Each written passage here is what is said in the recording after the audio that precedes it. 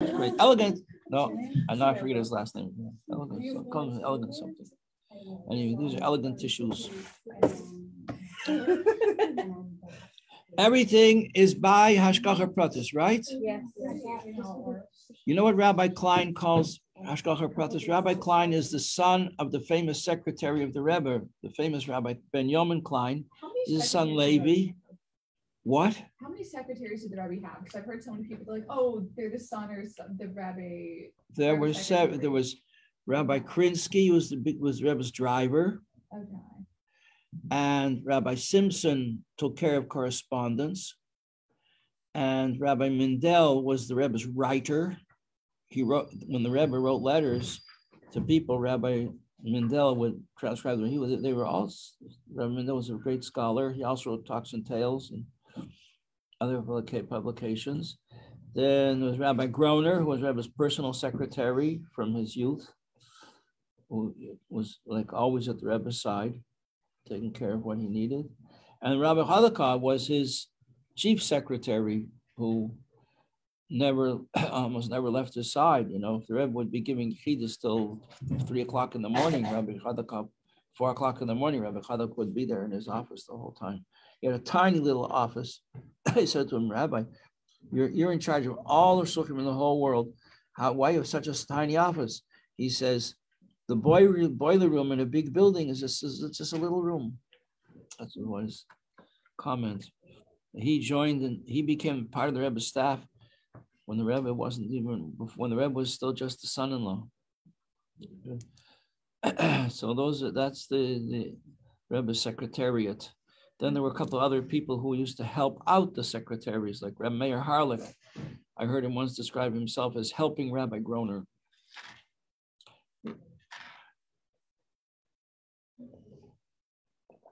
So that in the pictures of Koshel Bracha, when the Rebbe makes Havdalah, there's Rabbi Harlech that's holding the candle. And then there's Rabbi Yunik, not really a secretary, but he was very close with the Rebbe, and Rebbe often asked him to do certain jobs, shlichusin. And the Rebbe said to him, he's like a brother, because when he got out of Russia, they had to have false papers. So he was actually signed on to the Rebbetzin Chana's paper as her son. So Rebbe said, since you're the Rebbetzin Chana's son, so you're my brother.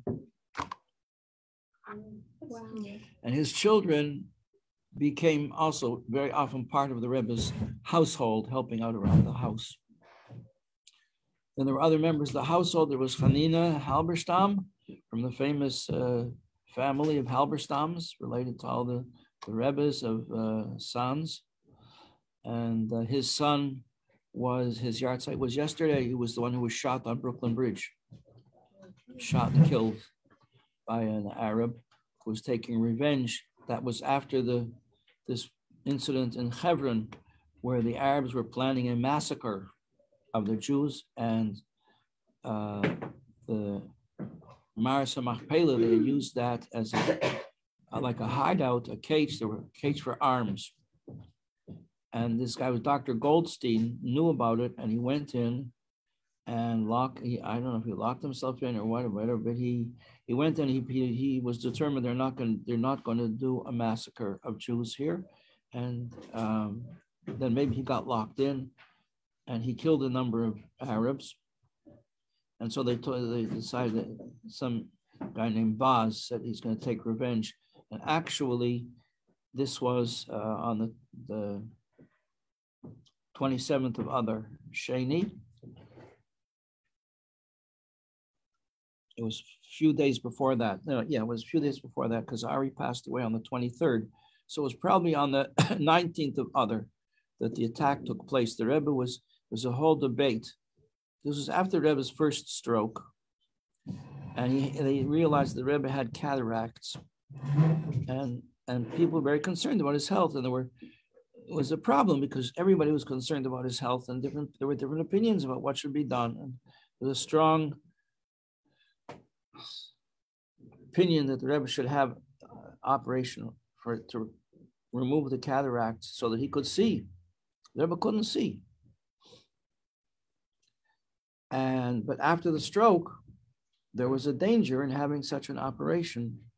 And others, there was a medical opinion here that it was madness to do such a thing, madness. But the other side prevailed, and they did do the procedure. And when they left the hospital, well, there were a bunch of boys, there was a whole truckload of boys that that went to be by the Mount Sinai for the procedure to say Tillim. They didn't want to abandon the Rebbe for a minute. And they were there saying Tillim. The van was full. It was totally full. There was a boy, the Halberstam boy. His father was one of the people in the house who helped take care of the house and the Rebbitzin, and helped serving the meals. And the Rebbitzin was in her 80s, and their child was an extremely beautiful child. I remember the first time I saw him, he was a young teenager. It was a Farbrengen, and he was there at the Farbrengen. I looked at it, I said, who is this child? Who is this young boy? Gorgeous boy. He grew up in the Rebbe's house because his father was part of the household staff. And the Rebbetzin loved him like her own child. And he grew up on the Rebbe's knees. And he felt he stayed up the whole night of the procedure saying Tillim. And he fought his way, he begged them to take him in the van. And they took him. And then after the procedure, when they left, the Rebbe's car left one way and the van left another way. And there was this killer who was stalking the Rebbe. And he missed the Rebbe's car, so he followed the van.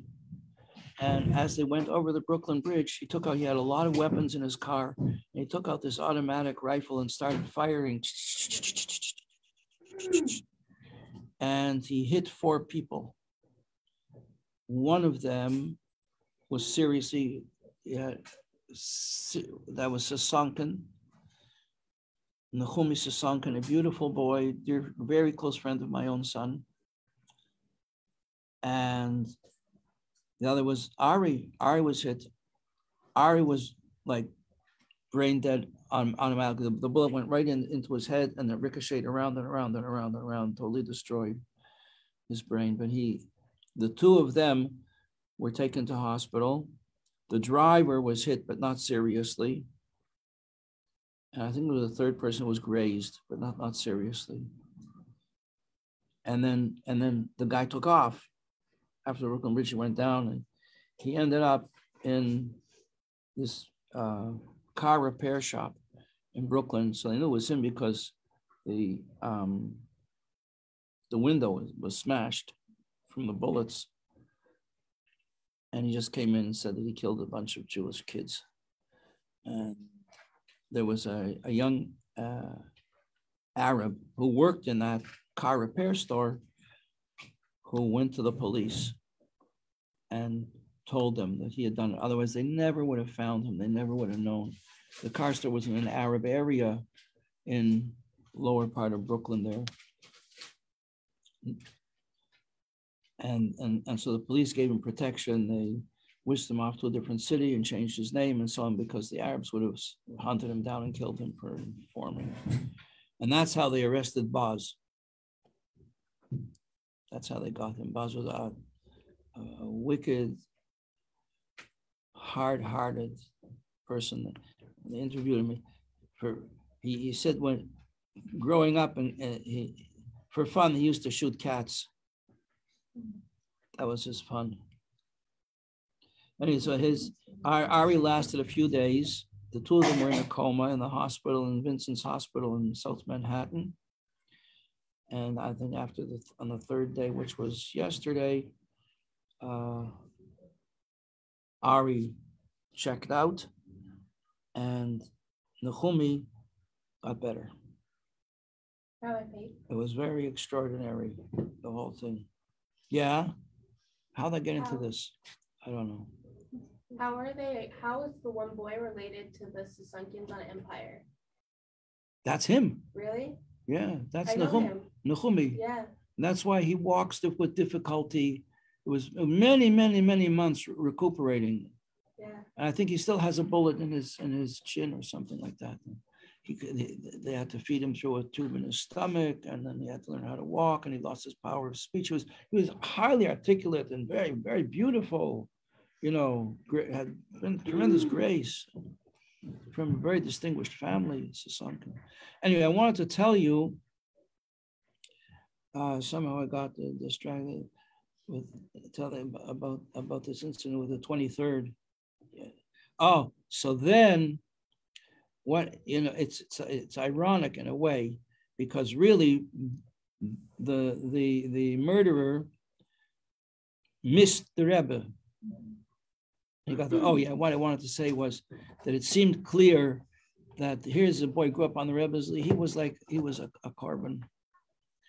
His neshama must have taken on himself to volunteer to take the place of the Rebbe, and they took him with him. The Rebbe and the Rebbetzin took him. He grew up with them, and they took him with them. That's what I think. That's my heart tells me.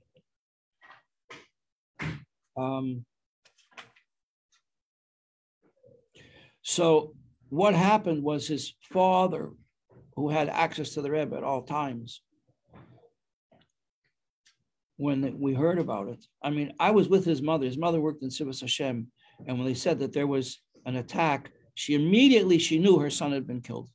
She just knew it. She went crazy. She started stamping on with her foot like this on the ground. She says, "It's Ari, it's Ari." See, he fought his way to get into the van. She told me something that was very strange. She told me that somehow, I'm forgetting this detail, somehow somebody consulted a Mekubal about the family in Yerushalayim some months before. They went down the family. When they came to Ari, the Mekubal said, "This is a carbon." You know what that means? It is an offering. So she knew that, and she kept it in. She didn't want to hear it. Who wants to hear such a thing? That your son is a carbon? But as soon as they heard that there was a shooting on the bridge, she knew what it meant. She knew that it was her boy. Anyway, let's hear it. I read a story before I left this morning. I opened a book, one of my favorite books. It's called by Rabbi Khan, Rafal Foley Khan, Wondrous Tales or something. It's in 2 volumes with a red cover. I'm sure it's in the library. You can read it. So two extraordinary things it said there. This is Karen Elazam and Chaba, after Marky was here, not on Zoom. I have instructions to anybody on Zoom is marked with a Z. I started off on Zoom. And this is Leah Rappaport, always here from Brazil. You know what we get from Brazil? Nuts. Brazil nuts. Anyway, I read a story. Who believes in coincidence? You know what coincidence is?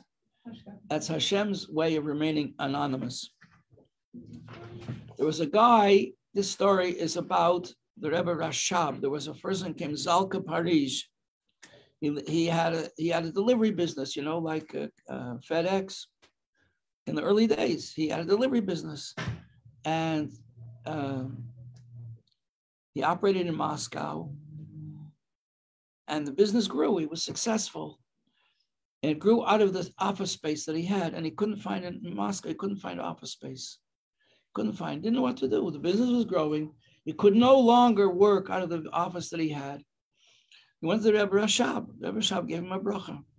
Rebbe Rashab, his yahrzeit is the 2nd day of Nisan. It's coming up soon, in a month. He's the Maimonides of Hasidus. What Maimonides did for the written Torah, he wrote all the laws down in Mishnah Torah. So the Rebbe Rashab, he wrote volumes and volumes and volumes explaining the seminal teachings of Hasidus. It's like everybody reads his. But during the times of the persecutions after the Russian Revolution and so on, A lot of the time he was just sitting all by himself writing. Anyway, at this point, Reb Zalka went to him and asked a bracha, and he didn't know what he was going to do, but the Rebbe gave him a bracha. You see, there are different levels of miracles. There's a miracle like splitting the Red Sea. Everybody sees it's a miracle. They see with their own eyes. And then there are miracles like that could be, it's very unusual and unexpected. And then there are miracles that are such great miracles that even the people who have the miracles happen to them don't realize it's a miracle. The Rebbe Chassidus says this is the deepest kind of miracle, that it's so enclosed. To make a miracle, to break nature, the Abishah made nature, makes nature, and he can break nature. So we have the miracles where the Abishah breaks nature. He made the sun stand still when Yeshua needed to defeat the Canaanite kings and bring the Jews into Israel. He made the river flow backwards when the Jews had to cross the river, the Jordan River. Open miracles.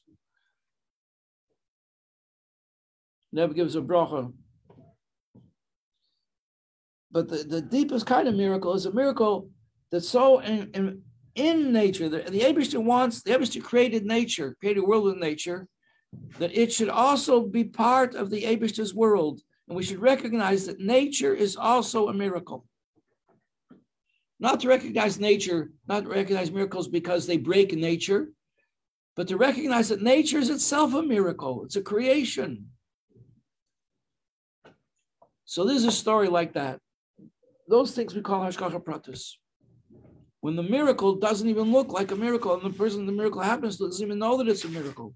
Well, in this case, you'll see, he knew it's a miracle. He went over for a walk. He got the bracha from the rabbi. He goes for a walk.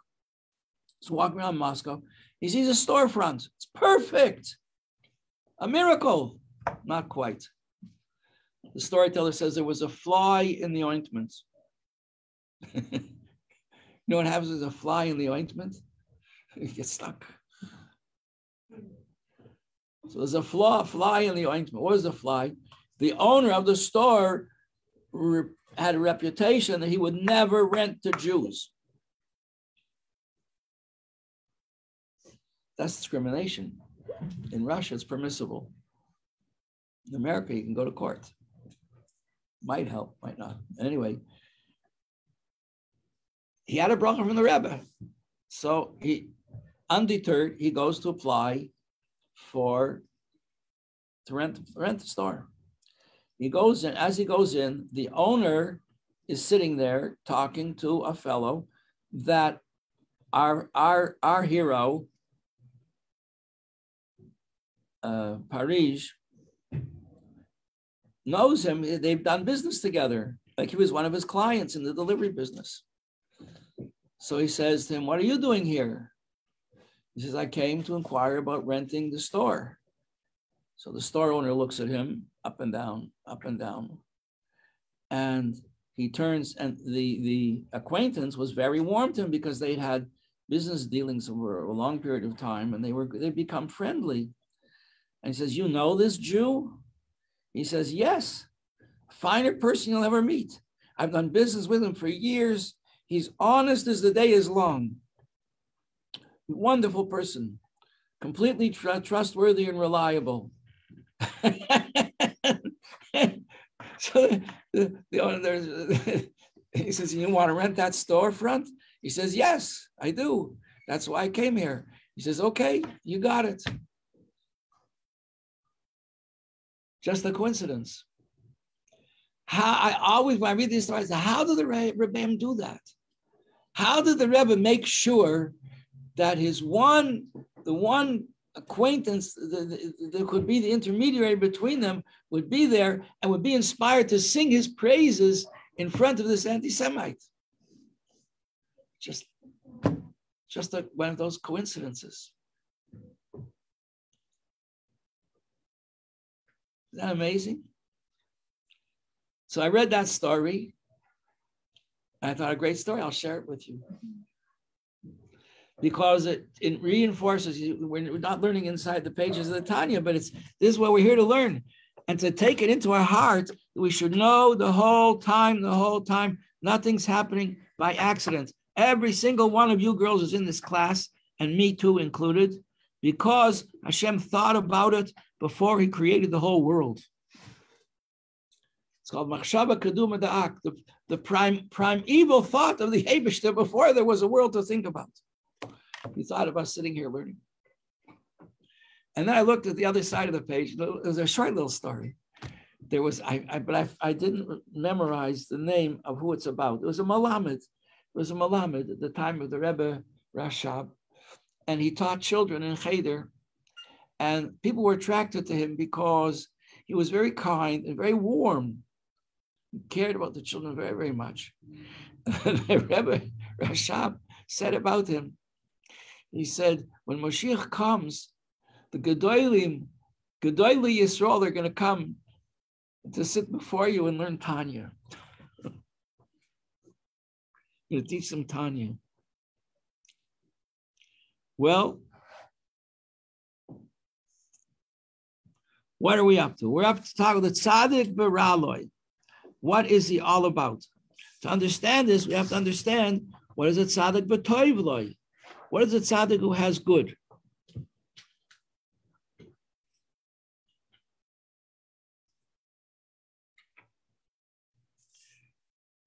So we said yesterday, the bottom of page 153, that tzaddik who has good. No, we're in the middle of page 153. He despises. He totally despises. Limais me'oid b'tainugi olam hazeh. He's not interested in the delights and pleasures that the world has to offer. All these things that they advertise in the glossy magazines. They charge huge prices for every one of their ads in order to attract people to buy what they're selling. The tzaddik Gomer is not interested. These are called, being attracted to things of the physical world is like having dirty garments. Nobody would go to a fancy affair wearing dirty, soiled clothes. But we have clothes of the soul. Who remembers what the clothes of the soul are? Malka Levana, what are the clothes of the soul? Thought, what you think, what you say, what you do.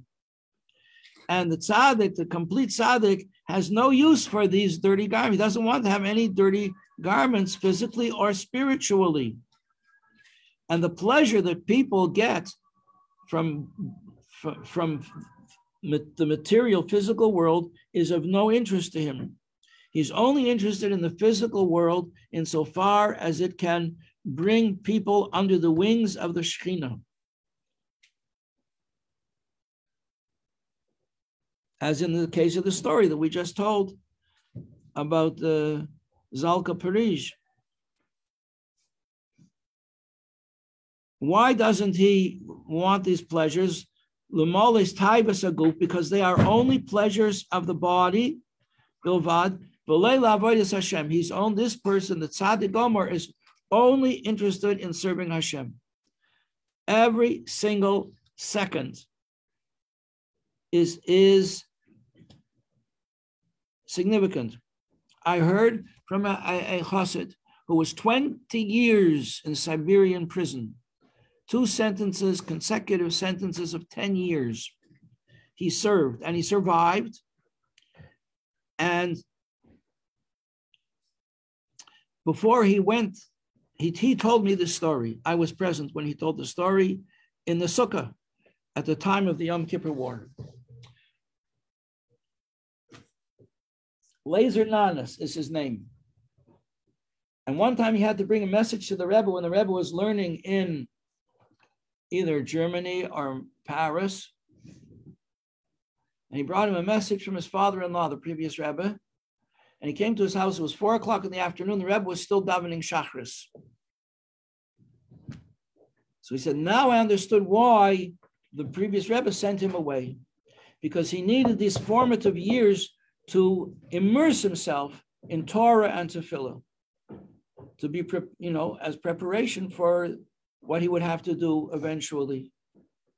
So he was, because if he had stayed by the previous Rebbe, he would have been involved the whole time in the politics and the worldwide issues concerning Jewry. He would have had, the previous Rebbe would have called upon him to take care of all the momentous tasks that were his concern. So he sent him away that he should have this time for himself, for his relationship with Hashem, that he would draw on for years and years and years after that. So he says, I understood now why he was there. That 4 o'clock in the afternoon, he was still davening Shachris. And it's not because he slept until 10 o'clock like the boys at 770. The previous Rebbe said about him one time, 4 o'clock in the morning, somebody said, speak to my son-in-law. They said at 4 o'clock in the morning, he said, either he's still up or he just got up.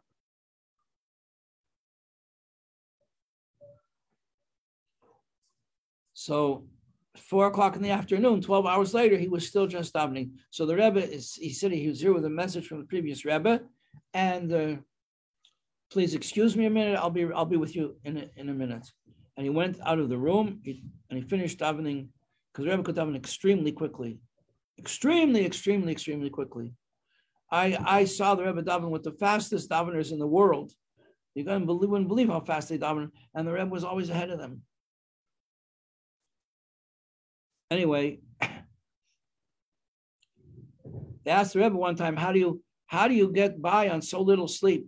He said, some people daven quickly, some people eat quickly. I sleep quickly. So anyway, he went out and he came back and he apologized to Reb Lazer Nanas that he kept him waiting. And Reb Lazer said it was only 10 minutes. And he said the Rebbe gave me such a sharp look and said, only 10 minutes? Don't you have any idea what a person can accomplish in 10 minutes? So Tzaddik Gomor doesn't waste any time, not even a minute, not even an eye blink. Everything is devoted to the service of Hashem. Bottom of page 153, he despises pleasures of the physical world. Why? Because these pleasures, where do they come from? They come from Klippas Noiga. One time I went to Cambridge. We did it when I was living in England, after I got connected with the Lubavitch Chevra, with those jokers. So we were doing a Shabbaton in Cambridge. The architecture of the buildings in Cambridge is stunning. Like they say in Beis Rivka, stunning, stunning. So I was with Rabbi Telsner, now the chief rabbi in Melbourne, and he was teaching then in the Mechina in London. I was with them on the weekend. Rabbi Lou, Rabbi Telsner. Rabbi Telsner looked around and he said, he says the droppings of the Malachim. All these beautiful buildings, they are the waste. You know, when you eat food, so you digest, the body takes from it the nutrients, they become your flesh and blood, and the mere physical materialism of the food is passed out. It's called droppings. So he said, all these buildings, they are the droppings of the angels. So that's Klippas Noiga. So the Tzaddik Gomer looks on all the beautiful things of the world as droppings of the angels. He's not they're beautiful, but he's not interested. That's not what he's here for. He's here to serve the Eibishter. He has a master.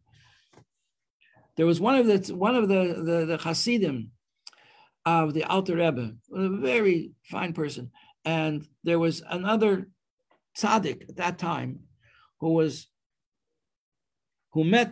visited the Alter Rebbe, and he met this Hasid, and he was so taken by him, he really wanted him to become one of his students. The Alter Rebbe told the student, accompany him home. He's a great person. Don't let him go home alone. You should accompany him. He went home, and this tzaddik, he did open miracles to impress him, because he wanted him to stay with him. He made there were two of them that went, and they made an agreement between them, like a bris, a covenant between them, that they weren't going to get sucked into him to be his students. One of them didn't succeed, and this other one, he did succeed.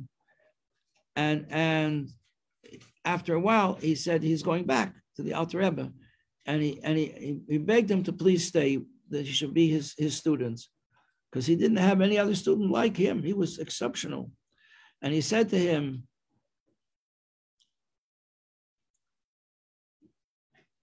I forget exactly the whole lashon. He says, I'm a chassid, but not yours. He held himself back from this kind of temptation. He says, I'm a chassid, but I'm not yours. So the tzaddik gomer, he looks at the pleasures of the world and he says, they're pleasures, but they're not for me. That's not what I'm focused on. Bottom of page 153. Since they come from Klippas Noiga, anything that's from the other side,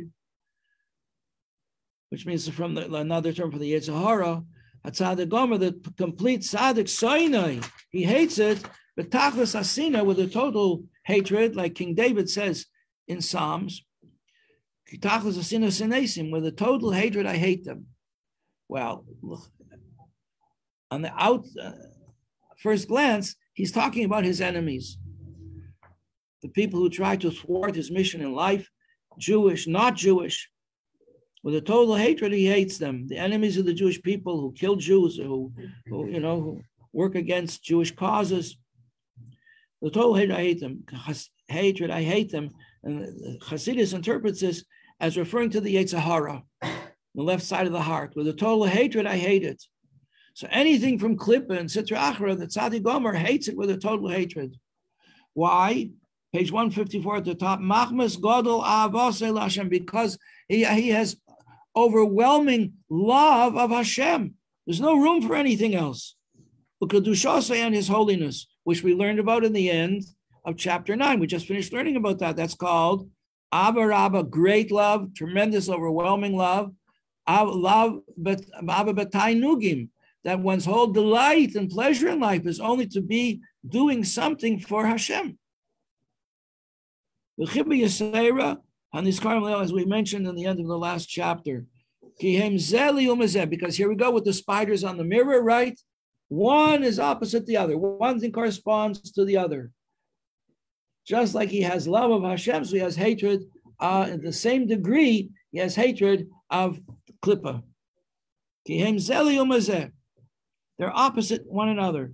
And now he brings down David HaMelech, Tachlis Sina Sinesim.